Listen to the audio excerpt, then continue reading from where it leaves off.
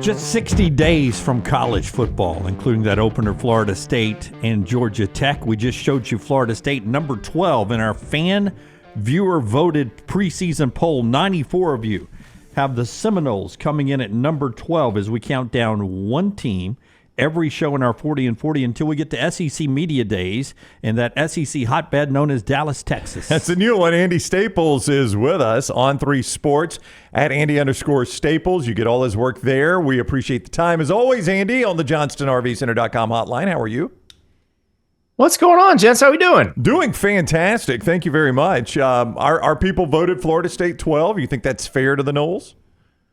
I think it's low. I think Florida State's going to be it. I don't know if they're going to be as good as they were last year. The question is, what are they going to get at quarterback from DJ Uiagalelei versus what they got from Jordan Travis?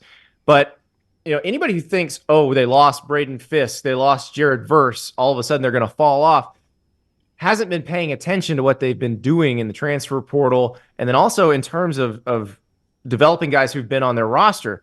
Like the D-line situation is really interesting to me for them. Like Marvin Jones Jr., who's a legacy guy, but who went to Georgia first, he transfers there.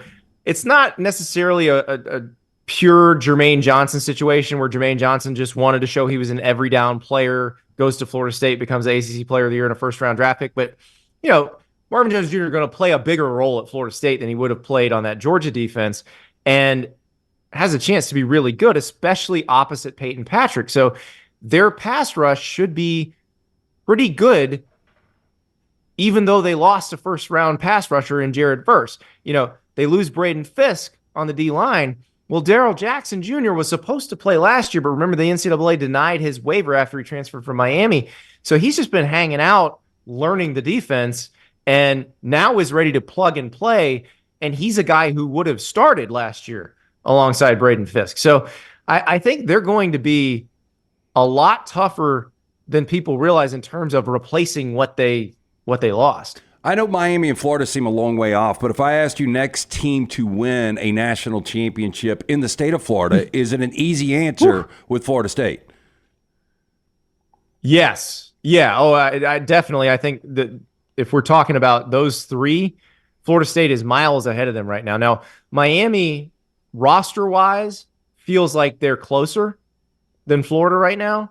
But, again, we need to see that on the field. I think Miami had a decent roster last year, and it felt like they didn't put everything together. And that Miami-Florida game is going to be very interesting week 1 because it's one of those where both of the fan bases are like, well, we can't possibly lose to them because if we lose to them, what's going to happen? And I think we're not going to learn as much from that game other than the losing fan base is going to completely melt down. We don't know yet how the selection committee will react to these large conferences, the Big Ten and the SEC, but I believe a lot of our viewers, and maybe me at sometimes, are being lured into believing that the ACC, Big 12 are one-bid leagues, and the rest of the field is going to be filled up by the SEC and the Big Ten. How close to reality is that? Like, what has to happen, do you think, for the ACC to get 2, maybe 3 in someday?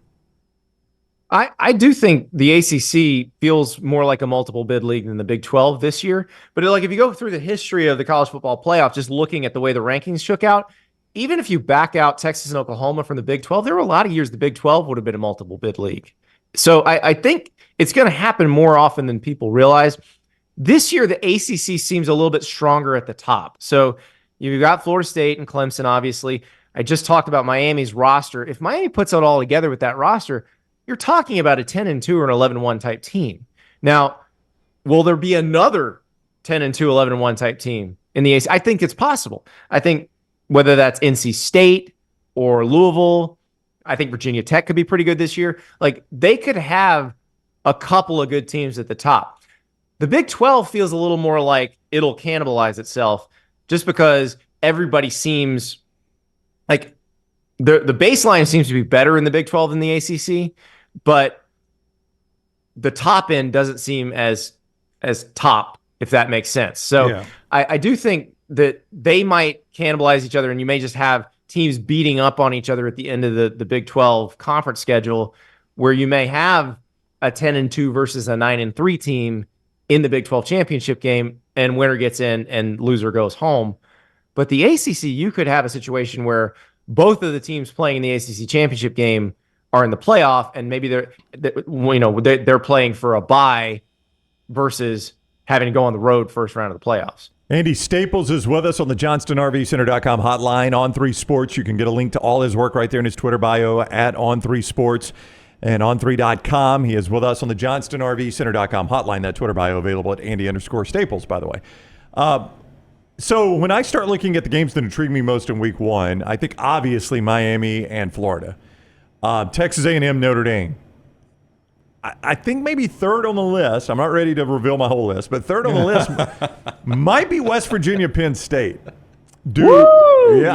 In Morgantown. Now, we looked yesterday, mybookie.ag, it's a 10.5 point, Penn State 10.5 point favorite. Lance thinks that comes down near maybe a touchdown-ish. Yeah. I think it'll go off about 8 or 9. I haven't played there since 1992. Yeah. I mean, tricky spot for James Franklin to start the season there, you think? Tricky, but they know it's tricky. Yeah. They played them last year. They beat them last year, but I think understood that they were dealing with a pretty talented team. This West Virginia team brought back most of what was important. Now they lost, like Zach Frazier was going to the NFL, their center, but they're solid on the offensive line. They discovered in Jaheim White, a freshman back last year, an electric playmaker. He averaged 7.7 yards a carry last year. And then they've got CJ Donaldson, who's kind of the big workhorse. And then Garrett Green, their quarterback, is like this crazy, yes, no, yes kind of quarter. Like he loves to run around and then chuck it downfield. So yeah, they're a very dangerous team. I do think Penn State will know that. I think there'll be a high respect factor going in because West Virginia was so good last year. So I think it's one of those where Penn State's not going to be surprised by this, but they're going to be challenged by this. Now, the question is, can West Virginia get over the hump? We'll see. Penn State, new coordinators offensively and defensively. This will be the first time they're running their new offense under Andy Kotelnicki. And that, we don't know what that's going to look like yet. Could be great, could be bad, could be somewhere in between. But I like the defense. I'm not worried about with Penn State because they're insanely talented. They're going to play Abdul Carter in the way they need to play him, where he's just rushing the passer almost every play. I have a lot of faith in Tom Allen as the defensive coordinator. He's the former Indiana head coach, but as a defensive play caller, he's always been very good. So I think defensively, Penn State's going to be okay, and that'll get them through in that game. But I am fascinated to see what their offense looks like. Well, and sticking with Penn State, Andy, that was the team we actually previewed yesterday. And, of course, one of the narratives, James Franklin can't beat top tens. He can't beat Michigan. He can't beat Ohio State. But now, and this is a team that never made a 14 playoff, but now that we expand to 12, you might not have to beat those teams to get into a 12-team playoff. Would you say right now, yes or no, Penn State makes 12-team playoff this year? I say they should. They definitely should. I mean, so Penn State would have made it 6 times since 2016. Wow. With this system in place. 6 times. So, yeah, they've been right on the edge every single time. And I believe they would have barely made it last year. This needs to happen. Like, that's the next step.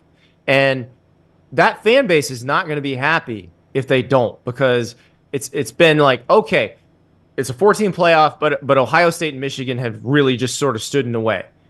That impediment is now gone. So if you can't make the 12-team playoff with that impediment gone, then you've got bigger problems. So, yeah, they've got to make it, but it's not just that. You got to make it, and you probably need to advance. Like, you need to do some stuff when you get there, too. I was at the beach last week. While I was gone, did Kalen DeBoer learn how to recruit? I mean, I had read everywhere he was going to struggle to recruit. Jimmy Bama. You on 3 folks are telling me that he's pretty good at recruiting these days. Jim, the sarcasm dripping off that statement. Dripping. Like, you have a puddle on your desk. It's unbelievable. Yeah, it turns out the guy who's only lost 12 games and won 100-something games is pretty good at recruiting. It's amazing how that works.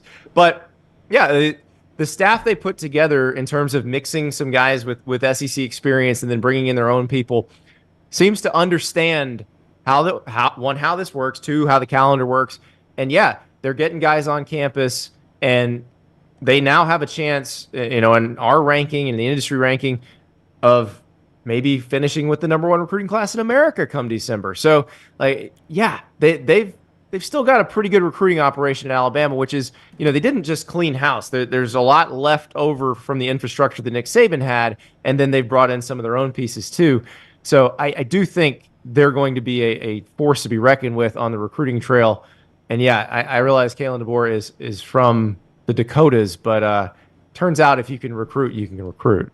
A public thank you to Andy. I've already thanked him privately. When I was in Austin recently, I gave him a selection of barbecue restaurants that are famous there and allowed him to pick for me. He picked Terry Black's, and it was spot on. Excellent recommendation by Andy. No one should be surprised at that. Which is funny because it's the one that I hadn't been to of the ones that. Really? But I've had so many friends in the last year send me pictures from there to make me jealous. Like I knew what was going to happen.